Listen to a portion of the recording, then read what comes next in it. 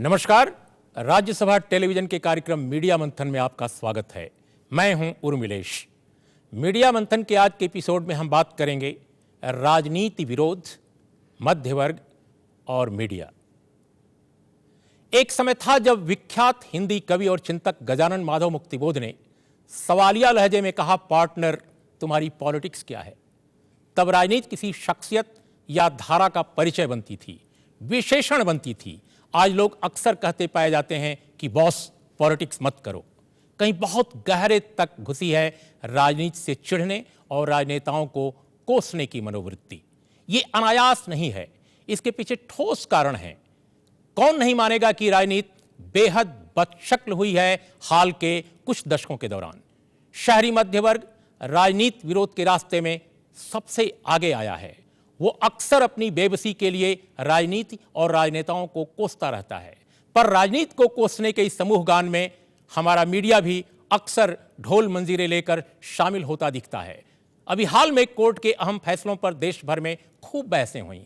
अनेक लोगों ने इसे महान क्रांति बताया। समाज के कुछ मुखर तबकों में राजनीति और नेताओं के खिलाफ एक हिकारत का भाव पहले से है। कई बार तो यह भी देखने को मिलता है कि मीडिया और शहरी बौद्धिकों का एक हिस्सा नेताओं और राजनीति के खिलाफ किसी कारगर तानाशाह तक का इंतजार करता नजर आता है। कई बार यह भी कहा जाता है कि जनतंत्र का यह मॉडल ठीक नहीं है, सिर्फ दो दल या राज करने के लिए सिर्फ एक नेता चाहिए। यह बात सही है कि समाज में राजनीति से मोहभंग की स्थिति है, लेकिन आम जनता के पास विकल्प क्या हैं? अपने यहाँ संसदीय जनतंत्र न होता तो क्या किसी सूबे में कोई दलित या आदिवासी कभी मुख्यमंत्री या मंत्री बन पाता? जो भी विकास, उत्थान या समाज के उत्पीड़ित तबकों के हक में एफर्मेटिव एक्शन हुआ है, जो भी हुआ है, जितना भी हुआ है, वो भी शायद हमारी संसदीय राजनीति के कारगर प्रक्रिया का ही परिणाम है। पर क्या मीडिया इस तस्वीर को पेश करता है? इन्हीं कुछ मुद्दों को हम आज उठाएंगे। हम इन्हीं विषयों पर बात करेंगे। हमारे साथ बातचीत करने के लिए चार खास मेहमान हैं स्टूडियो में। हमारे साथ हैं भूपेंद्र चौबे, CNN IBN के राष्ट्रीय संपादक राजनीतिक मामलों के। हमारे साथ हैं ऋचा सिंह निदेशक हैं centre for democracy and social action. हमारे साथ हैं शिवानंद तिवारी, राज्यसभा में जनता दल यू के संसदीय दल के नेता। और हमारे साथ हैं वरिष्ठ पत्रकार मधुसूदन आनंद। बातचीत की शुरुआत भूपेंद्र हम आपसे करते हैं। हम ये बिल्कुल नहीं कह रहे हैं कि मीडिया का सिर्फ यही एक ट्रेंड है। मीडिया में बहुत सारे ट्रेंड हैं, लेकिन हाल के अगर दशकों में आप देखें, हम अगर 2 दशक, 1.5 दशक की बात करें, तो एक अजीब हिकारत का भाव, एक अजीब तरह की यूं कहा जाए कि घृणा, नफरत पॉलिटिकल क्लास के प्रति, एक पॉलिटिक्स के प्रति, एक जो सिविल सोसाइटी के नाम पर या मध्य वर्ग के अंदर जो दिखाई देती है, वो मीडिया में भी बड़े डोमिनेंट ढंग से उभर के आई है। पॉलिटिकल रिपोर्टिंग जितनी कम हुई है, उसके पैमाने अगर देखा जाए उसके मुकाबले, तो हिकारत का भाव बढ़ा है। क्या आपको लगता है ये सच है? अगर है तो इसके पीछे वजह क्या है? हाँ, मैं आपसे एकदम 100% मैं इसमें सहमत हूँ। मैं बल्कि संसद में जब हम लोग रिपोर्टिंग करते हैं तो एक मजाकिया तौर पर जितने नेता हैं जो कि जुड़े हुए हैं संसद से, वो सब यही कहते हैं कि हाल के कुछ वर्षों में देखा गया है जितने रिपोर्टर और जितने पत्रकार संसद में आते हैं उनकी संख्या में इजाफा हुआ है, लेकिन संसद से संबंधित कार्रवाई की जो रिपोर्टिंग होती है उसकी संख्या में कहीं ना कहीं गिरावट आई है। आपने बात ठीक रखी कि पिछले कई दशकों में, 2 दशकों में अगर आप कहें, तो ऐसा देखा गया है कि राजनीति और राजनेताओं के खिलाफ एक घृणा का जो माहौल है उसमें जरूर बढ़ोतरी हुई है। और मैं सिर्फ इसको 2 दशकों में नहीं, अगर मैं इसको पिछले 2 से 3 वर्षों में भी अगर देखूं तो इसमें एक बहुत बड़े स्तर पर बढ़ोतरी हुई है। कहीं ना कहीं हाल फिलहाल के अगर आप कुछ महीनों में या वर्षों में आप देखें तो लोग कहते हैं कि अन्ना हजारे का जो आंदोलन था और जिस प्रकार से उस पूरे आंदोलन को कवर किया गया, जिस प्रकार से दिखाया गया, ऐसा लगा कि देश में जितने नेता हैं वो सब चोर हैं। राजनीति जो है वो सिर्फ चोरी के लिए ही बनी हुई है। लेकिन मुझे लगता है ऐसा ठीक भी नहीं है। ऐसा नहीं, जैसा आपने अपने इंट्रोडक्शन में कहा, ठीक नहीं है ये कहना कि हर नेता चोर है या पूरी की पूरी राजनीति खराब हो चुकी है। अगर संक्षिप्त में बात को रखूं तो उसमें हुआ दरअसल ये है कि एक डिस्कनेक्ट जो राजनीति, राजनेता और एक बहुत बड़े पैमाने पर जो हमारा मिडिल क्लास है, जो युवा वर्ग है, उसके बीच का जो डिस्कनेक्ट है, वो मुझे लगता है कहीं ना कहीं इस बात के लिए जिम्मेदार है कि मीडिया लगातार उस डिस्कनेक्ट के ऊपर फोकस करता है, जिसके कारण जिस घृणा के भाव की आप बात करते हैं उसमें इजाफा हुआ है। शिवरंजी, क्या आपको लगता है, मीडिया हमेशा ऐसा नहीं था? मीडिया में आज अगर ये ट्रेंड दिख रहा है ज़्यादा, तो इसके पीछे वजह क्या है? आपको क्या लगता है, कितने रिस्पॉन्सिबल हैं पॉलिटिशियन या पूरा का पूरा पॉलिटिकल क्लास? नहीं, देखिए, एक हमारे यहाँ लोकतंत्र के सामने एक चुनौती तो है।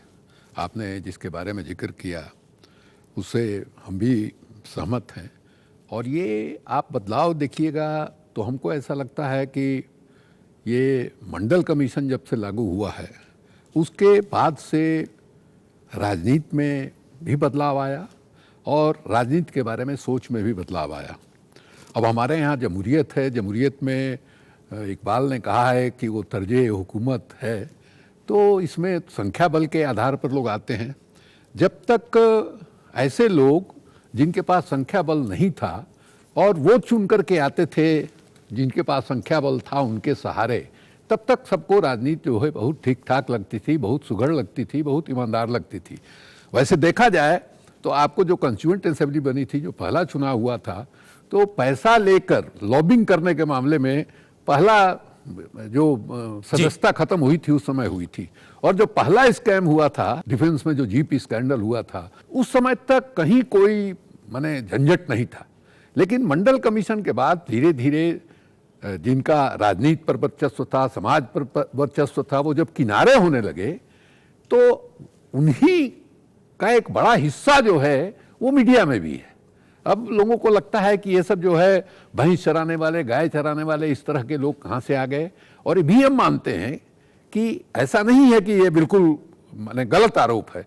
लोकतंत्र आज चल रहा है तो उन्हीं के सहारे जिनको सोशल स्पेस मिला है। शिवानंद जी, हम इस विषय पर फिर आएंगे आपके पास, लेकिन भूपेन बिल्कुल संक्षेप में, शिवानंद जी एक बड़ा महत्वपूर्ण सवाल उठा रहे हैं कि क्या ये जो मीडिया में ट्रेंड है ये हाल के दिनों में आया है? अगर देखा जाए 90 के बाद आया है, क्योंकि पहले भी वो चीज़ें थीं, एक खास ढंग से उनको लिया जाता था, उस तरह से पेंट नहीं किया जाता था जैसे आज हो रहा है। क्या ये पॉलिटिक्स में जो एक समावेशी जो विकास हुआ है, भले आर्थिक मामलों में उतना ना हुआ हो, तो इसकी वजह से तो नहीं ये मीडिया में ये ट्रेंड आया है? आपको क्या लगता है? जी बिल्कुल, मैं शिवानंद जी से मैं पूर्ण रूप से मैं सहमत इससे नहीं हूँ कि जो ये कह रहे हैं कि लग रहा है कि सिर्फ गाय भैंस चराने वाले लोग आ गए हैं, जो एक पर्टिकुलर एक क्लास के बारे में जिसकी बात कर रहे हैं। दरअसल अगर आप इस संसद की भी अगर आप देखें, इस लोकसभा में अगर आप देखें, तो 543 सांसदों में से करीबन 150 सांसद ऐसे हैं जो कि अच्छे पब्लिक स्कूलों से, अच्छे संपन्न घरों से आए हैं। और कितने करोड़पति सांसदों की हम बात रखें वो तो है ही नहीं जी। संक्षिप्त में जो आप पूछ रहे हैं, समस्या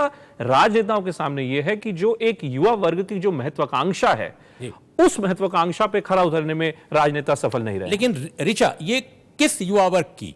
आई मीन हमारे देश में एक बड़ा तबका है जो झारखंड, छत्तीसगढ़ या तमाम जो देश के असमान विकास, क्षेत्रीय विषमता से ग्रस्त जो इलाके हैं, वहां भी एक बड़ा युवा वर्ग है जिसे पढ़ाई नहीं मिलती, जिसे दवाई नहीं मिलती, जिसे बेसिक जो बुनियादी चीजें हैं वो नहीं मिलती। उनके उस मध्य वर्ग के भी सपने हैं। क्या उस युवा वर्ग को मीडिया संबोधित कर रहा है? बिल्कुल सही, लेकिन पहले मैं थोड़ा सा जो बात चल रही उससे मैं थोड़ा सा, मेरा विचार कुछ अलग है। मुझे लगता है कि मीडिया एक लोकतंत्र का बहुत ही महत्वपूर्ण हिस्सा है और ये एक अच्छी बात है कि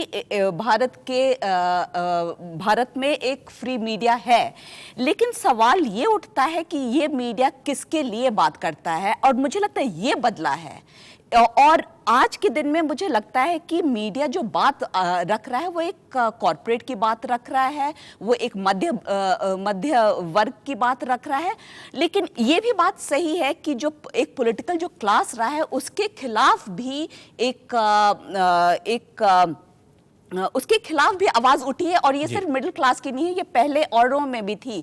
आनंद जी, अगर पॉलिटिकल क्लास या पूरी राजनीति के खिलाफ एक हिकारत या एक हेट्रेड या एक नफरत का जो भाव दिखता है एक खाते पीते खुशहाल मध्य वर्ग में, जिसकी अभिव्यक्ति मीडिया में दिखाई दे रही है, एक डोमिनेंट सेक्शन ऑफ मीडिया, मैं सबकी बात नहीं कह रहा हूं, क्या इसके पीछे ये भी कोई कहानी है कि कुछ खास वर्गों की पसंद मीडिया में है, कुछ खास वर्गों के सपने मीडिया में व्यक्त हो रहे हैं, लेकिन उन वर्गों के नहीं जहां से अभी भी राजनीति में आशा है? मैं आपको थोड़ा क्या बल्कि बहुत पीछे ले जाऊंगा कि देखिए, जोनाथन स्विफ्ट नामक एक प्रसिद्ध व्यंग्यकार हुए हैं जिन्होंने अखबारों में व्यंग लिखना शुरू कराया था, और उस समय वो पैम्पलेट का जमाना था, पैम्पलेट्स लिखते थे।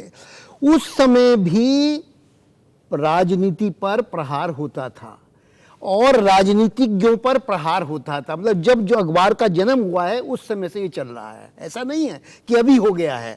अब क्या हुआ है, एक तो इससे मैं ये कहना चाहूँ, अब हमारी जो कार्टून विधा है वो क्या है, आप जो है सिर्फ 5-7 लाइन में एक कैरिकेचर बना के या एक कार्टून बना के आप सारी वो बात कहते हैं जो एडिटोरियल में नहीं आती। यानी कि आप राजनीतिज्ञों को निशाना शुरू से बनाते रहे पत्रकारिता में, ये बात तो एक स्थापित सत्य है।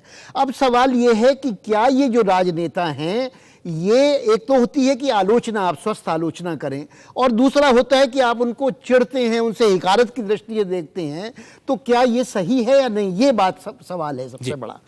तो मैं ये कहूँगा कि ये चीज़ जो है वो राजनेताओं ने ही दी है।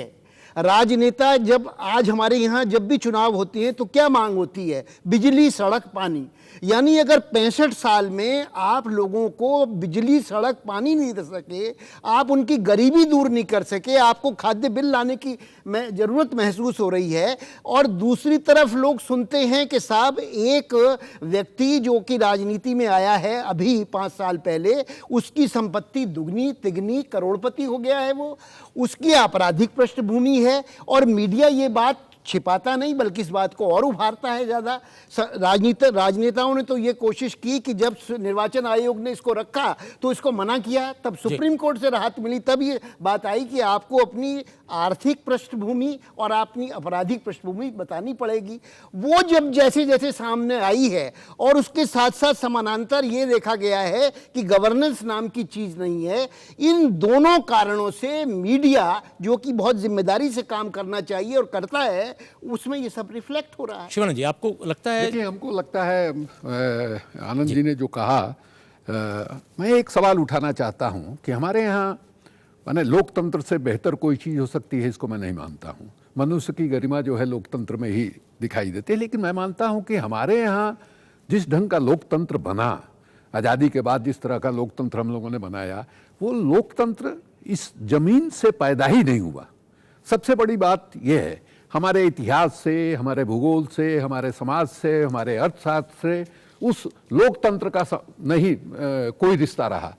अगर हम लोगों ने आज़ादी के समय ही ये तय किया होता कि सब नागरिकों को हम आर्थिक सुरक्षा देंगे, कम से कम माध्यमिक स्कूल तक सबको हम एक तरह की शिक्षा देते, तो शायद हमारे राजनीति की दिशा जो है बिल्कुल दूसरे ढंग की लेकिन होती। शिवानंद जी, सवाल यह है कि राजनीति के ये जो मसले हैं, हम पॉलिटिकल बहस में नहीं जा रहे हैं, केवल हम मीडिया के बरक्स देख रहे हैं। क्या मीडिया राजनीति में जो छूटे हुए मुद्दे हैं, जो जरूरी मुद्दे हैं, वो डिस्कस नहीं कर रहा है? जैसे उदाहरण के तौर पे उत्तराखंड। आप जो है बताइए कि जो भूख है, जो गरीबी है, उसको कितना स्थान जो है मीडिया मिलता है। सलमान खान और शाहरुख खान मिले, वो लगा कि मीडिया के लिए इतनी बड़ी खबर है जिसका कोई हिसाब किताब नहीं है।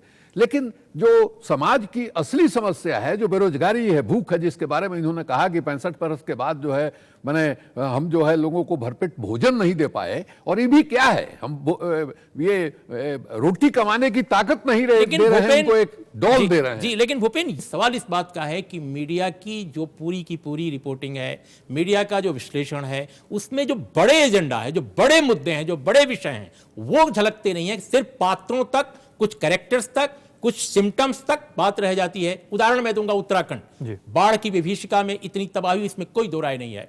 पॉलिटिकल लोगों पर अटैक हुआ, राहत की राजनीति पर कई दिन तक स्टूडियो में बहस हुई, लेकिन ये कभी बहस में नहीं आई बात कि जो बड़े पावर प्रोजेक्ट्स वहां गए हैं, जो विकास का मॉडल वहां रखा गया है, वो कैसे इकोलॉजिकल जो बैलेंस है उसको बिगाड़ रहा है। तो वहां के पर्यावरण और आर्थिक विकास के मॉडल का जो कॉन्ट्रडिक्शन है, वो मीडिया में नहीं आया। अगर आया तो छिटपुट आया। तो एक बात तो अगर मैं स्वयं को अगर मैं कटघरे में रखूं, तो एक बात तो हमें जरूर माननी पड़ेगी कि पिछले कई वर्षों में मीडिया में जो फील्ड रिपोर्टिंग होती है, उसमें कहीं ना कहीं कमी आई है। और उस कमी का मुख्य कारण यह है कि टीवी चैनल हो या अखबार हो, पत्रिकाएं हो, इन सब की जो इकोनॉमिक्स है, यानी जो आर्थिक व्यवस्था इस मीडिया जगत की है, अगर आप देखेंगे तो उस आर्थिक व्यवस्था में बहुत गिरावट आई है। और यही एक कारण है कि लोग टीवी डिबेट करना ज्यादा पसंद करते हैं, क्योंकि उससे आपको फ्री सॉफ्टवेयर मिलता है। तो क्या वाकई मीडिया के कारपोरेटाइजेशन, उसके कारपोरेटीकृत होने में भी कोई न कोई संकट छुपा हुआ है मीडिया का?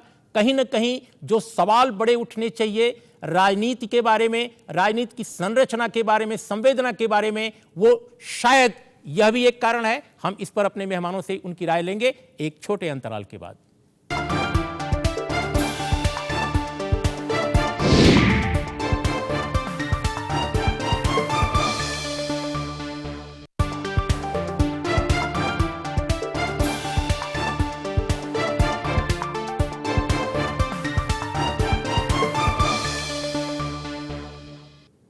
आनंद जी, हम आपसे इस बार बातचीत की शुरुआत करते हैं अंतराल के बाद। क्या आपको लगता है, जो भूपेन ने एक मुद्दा उठाया कि मीडिया के अंदर भी चेंजेज आए हैं, मीडिया का स्वरूप बदला है, पूंजी का जो निवेश हुआ है मीडिया में, वो उसके स्वभाव के कारण, क्या आपको लगता है ये कॉर्पोरेटाइजेशन मीडिया का है, ये भी कहीं न कहीं जो एक राजनीति के प्रति बढ़ती हिकारत है? अच्छी राजनीति की चाहत अलग बात है, लेकिन राजनीति को रिजेक्ट करना और पॉलिटिकल क्लास को रिजेक्ट करना ये अलग बात है। एक बात मैं कहना चाहूँगा, जिसका प्रमाण जो है वो तो समाजशास्त्री ढूंढ के ला सकते हैं, लेकिन जो मुझे दूर बैठे हुए लगता है कि जो हमारा बाजार है, या वो न केवल मीडिया को चला रहा है, वो राजनीति को भी चला रहा है।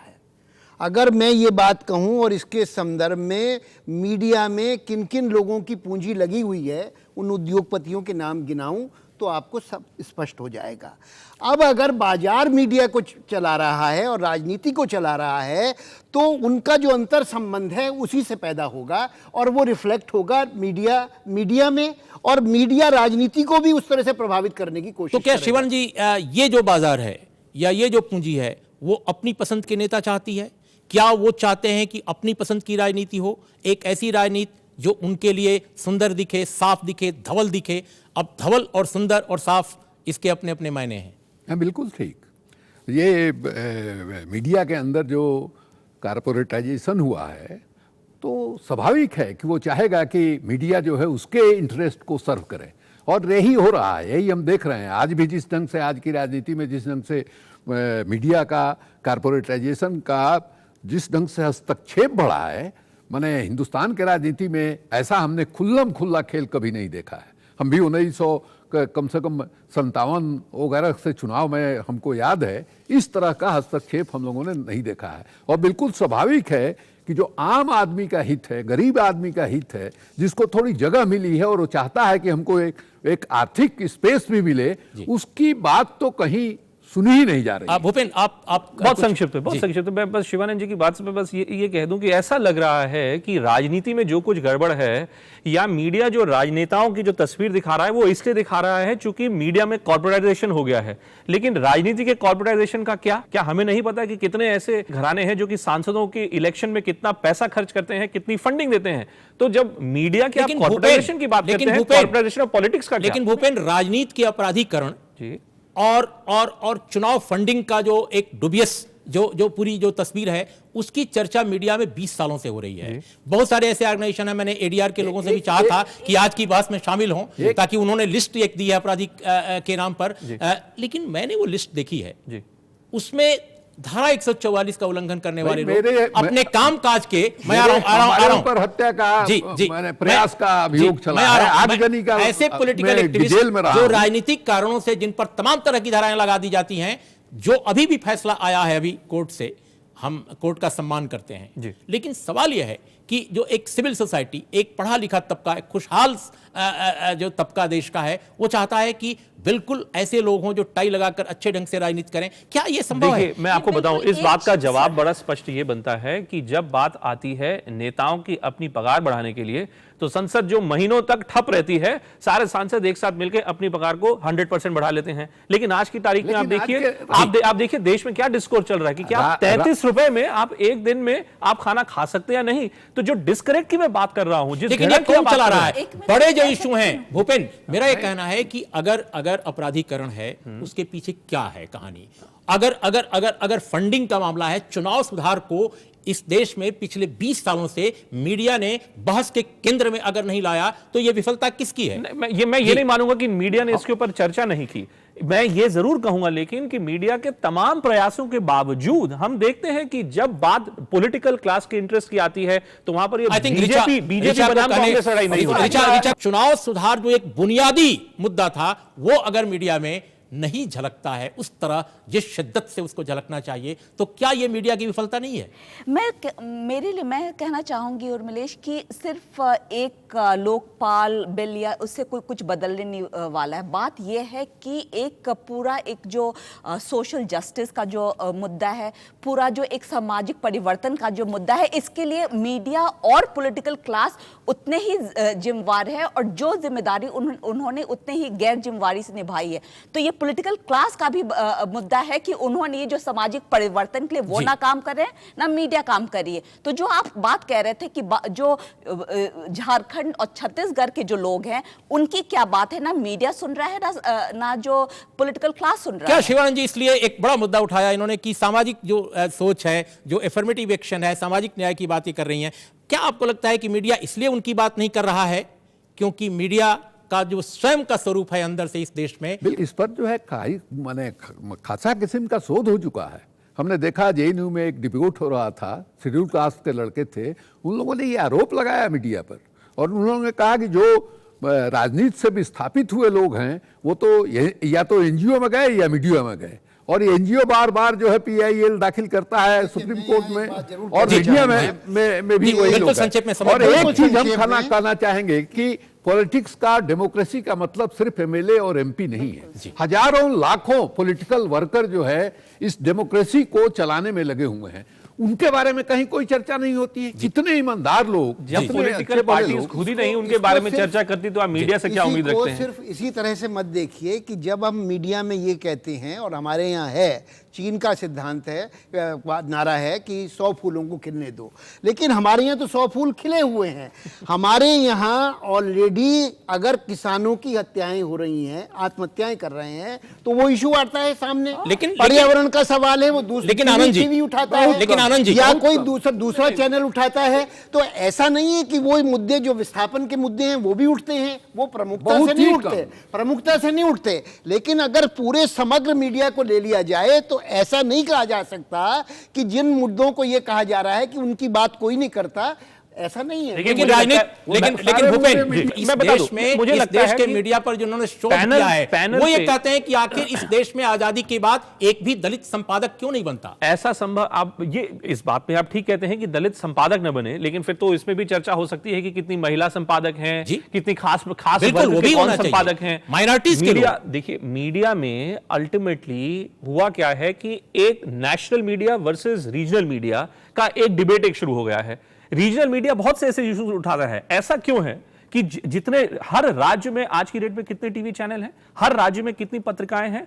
बात सिर्फ ये नहीं कि यहाँ पे नेशनल मीडिया बनाम रीजनल मीडिया कौन क्या काम कर रहा है। आप ठीक कहते हैं, शिवानंद तिवारी, रॉबिन जेफरी, भारत आकर भारत के मीडिया के स्वरूप और चरित्र का इतिहास लिखना पड़ा।